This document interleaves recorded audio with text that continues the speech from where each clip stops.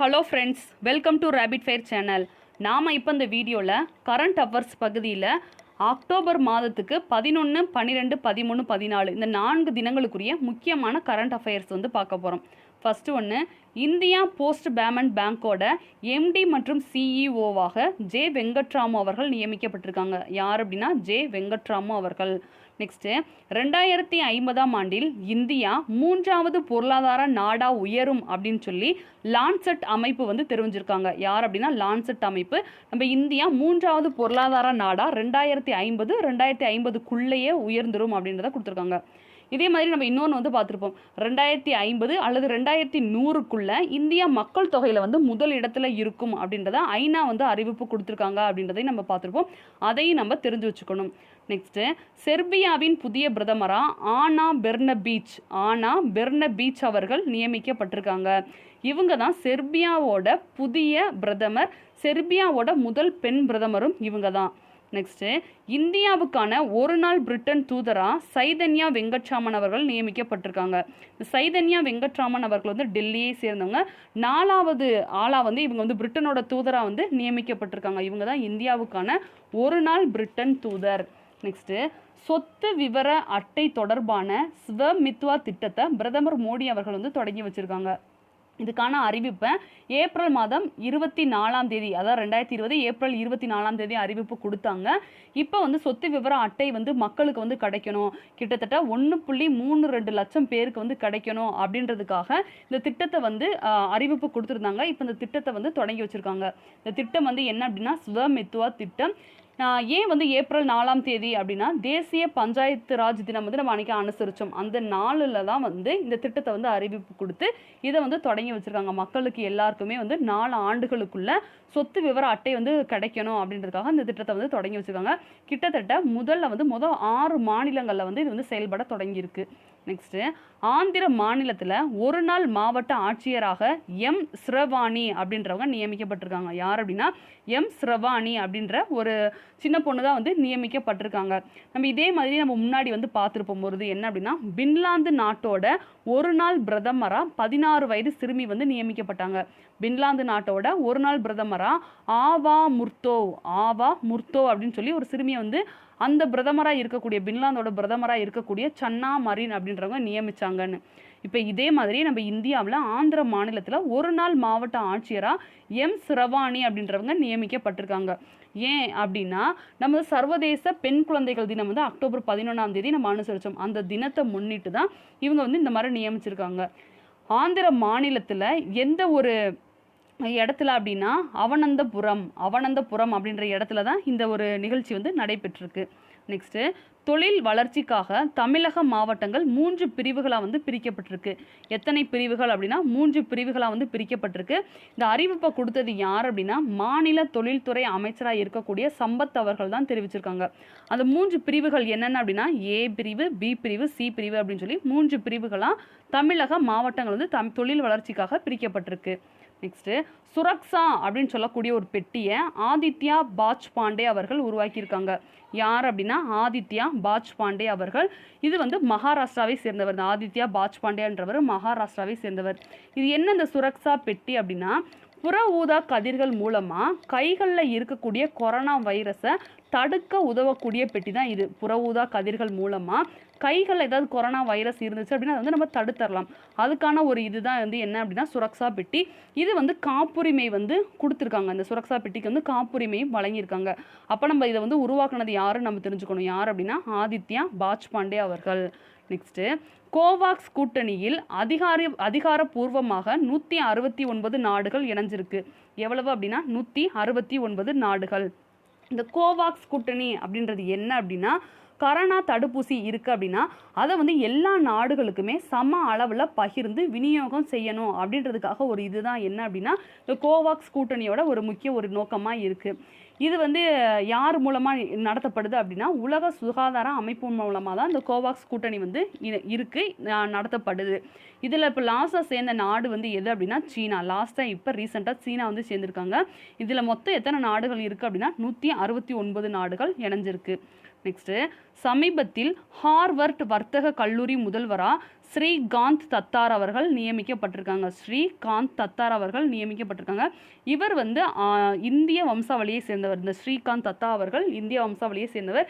இந்த ஹார்வர்ட் வர்த்தக கல்லூரி எங்கே இருக்குது அப்படின்னா அமெரிக்காவில் இருக்குது. நெக்ஸ்ட்டு புதிய மத்திய நுகர்வோர் நலன் உணவு மற்றும் பொது விநியோகத்துறை அமைச்சராக பியூஷ் கோயல் அவர்கள் வந்து பொறுப்பேற்றிருக்காங்க. யார் அப்படின்னா பியூஷ் கோயல் அவர்கள் பொறுப்பேற்றிருக்காங்க.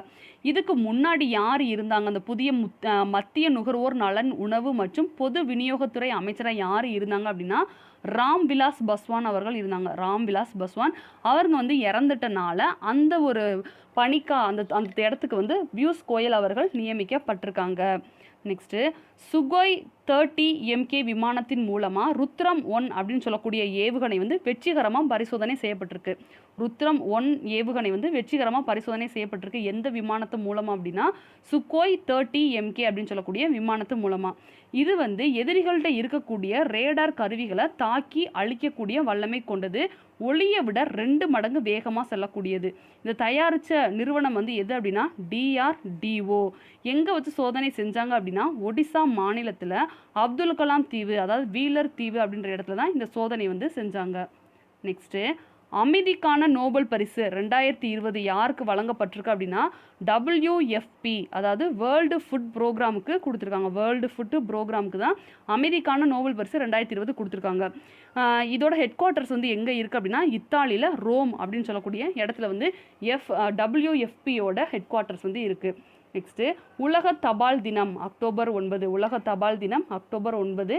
உலக மனநல தினம் அக்டோபர் 10. உலக பருத்தி தினம் அக்டோபர் 7. உலக பருத்தி தினத்துக்குரிய தீம் வந்து என்ன அப்படின்னா cotton the fibre that moves me. Cotton the fibre that moves me அப்படின்றதா உலக பருத்தி தினத்துக்குரிய தீம். நெக்ஸ்ட்டு உலக மரண தண்டனை எதிர்ப்பு தினம். உலக மரண தண்டனை எதிர்ப்பு தினம் என்னைக்கு அப்படின்னா அக்டோபர் 11. உலக மரண தண்டனை எதிர்ப்பு தினம் October 11. Next French open tennis போட்டி சாம்பியன்ஸ் வந்து யார் யார் அப்படின்னா ஆடவர் ஒற்றையர் பிரிவில் ரஃபேல் நடால் அவர்கள் வந்து சாம்பியன் வாங்கியிருக்காங்க. இவர் வந்து ஸ்பெயின் நாட்டை சேர்ந்தவர். 13வது முறையாக ஃப்ரெஞ்ச் ஓப்பன் டென்னிஸ் போட்டியில் இந்த ரஃபேல் நடால் அவர்கள் வந்து சாம்பியன் வந்து வாங்கியிருக்காங்க. 13வது முறையாக. இவர் வந்து ஸ்பெயின் நாட்டை சேர்ந்தவர்.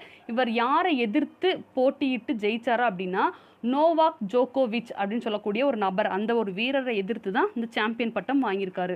நெக்ஸ்ட்டு ஃப்ரெஞ்சு ஓப்பன் டென்னிஸ் போட்டியோட மகளிர் ஒற்றையர் பிரிவில் சாம்பியன் யார் அப்படின்னா இகா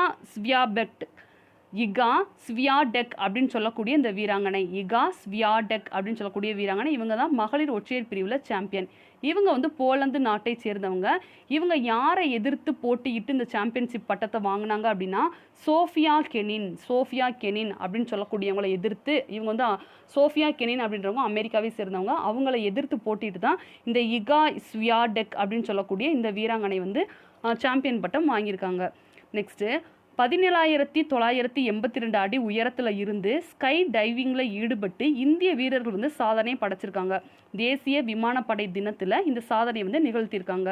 நெக்ஸ்ட்டு ரிலையன்ஸ் நிறுவனத்திற்கு பிறகு சர்வதேச அளவில் உச்சத்தை எட்டிய 2வது நிறுவனம் எது அப்படின்னா TCS, அதாவது டாடா கன்சல்டன்சி சர்வீஸ் அப்படின்னு சொல்லக்கூடிய இந்த நிறுவனம் தான் சர்வதேச அளவில் உச்சத்தை எட்டி இருக்கக்கூடிய 2வது நிறுவனம் அப்படின்றத சொல்லியிருக்காங்க. ரிலையன்ஸ் நிறுவனத்துக்கு அடுத்த நிறுவனம் எது அப்படின்னா TCS. நெக்ஸ்ட்டு என்ன பார்க்க போகிறோம் அப்படின்னா கிர்கிஸ்தானோட புதிய பிரதமராக சதீர் ஜாபுரோ அவர்கள் நியமிக்கப்பட இருக்காங்க. இனிதான் நியமிக்க போகிறாங்க. நெக்ஸ்ட்டு முதலாம் உலகப் போரில் பயன்படுத்தப்பட்ட பிரான்ஸ் நாட்டின் அரியானே அப்படின்னு சொல்லக்கூடிய நீர்மூழ்கி கப்பல் வந்து கண்டுபிடிக்கப்பட்டிருக்கு. எந்த வருடம் இது வந்து கடலில் மூழ்கிச்சு அப்படின்னா 1917 வந்து இது வந்து நீர்மூழ்கி கப்பல் வந்து மூழ்கி இருந்திருக்கு. அதை இப்போ வந்து கண்டுபிடிச்சிருக்காங்க.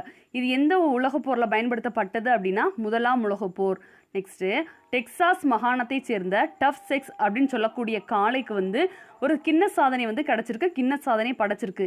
எப்படி அப்படின்னா இந்த காளையோட கொம்புகள் வந்து ரொம்ப நீளமாக இருந்திருக்கு. கிட்டத்தட்ட 8.6 அடி நீளமாக வந்து இருந்திருக்கு. அதனால இந்த காளைக்கு வந்து கின்ன சாதனை கிடச்சிருக்கு.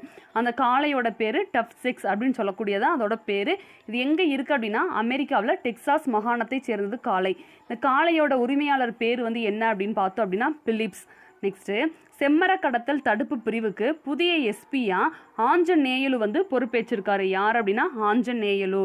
நெக்ஸ்ட்டு விஜயராஜே சிந்தியா இவரோட நினைவாக வந்து 100 ரூபாய் நாணயம் வந்து வெளியிட்டிருக்காங்க. யார் அப்படின்னா நம்ம பிரதமர் மோடி அவர்கள். இந்த விஜயராஜே சிந்தியா அவர்களோட பிறந்த நாள், அதாவது 100வது பிறந்த நாள் வந்து இப்போ சமீபத்தில் வந்து அனுசரிச்சாங்க. அவரோட நினைவாக தான் இந்த 100 ரூபாய் நாணயத்தை வந்து வெளியிட்டிருக்காங்க நம்ம பிரதமர் மோடி அவர்கள். இவர் யார் அப்படின்னா பாஜகவை நிறுவனவர்களோட இந்த நிறுவனர்கள் இருப்பாங்களா அவர்களில் ஒருத்தர் தான் இந்த விஜயராஜே சிந்தியா அவர்கள். நெக்ஸ்ட்டு பொருளாதாரத்திற்கான நோபல் பரிசு 2 பேருக்கு கிடைச்சிருக்கு. யார் யார் அப்படின்னா ball or மில்கிரேம் அப்படின்றவங்களுக்கும் Robert P Wilson அப்படின்னு சொல்லக்கூடிய 2 பேருக்கு வந்து பொருளாதாரத்திற்கான நோபல் பரிசு வந்து கிடைச்சிருக்கு.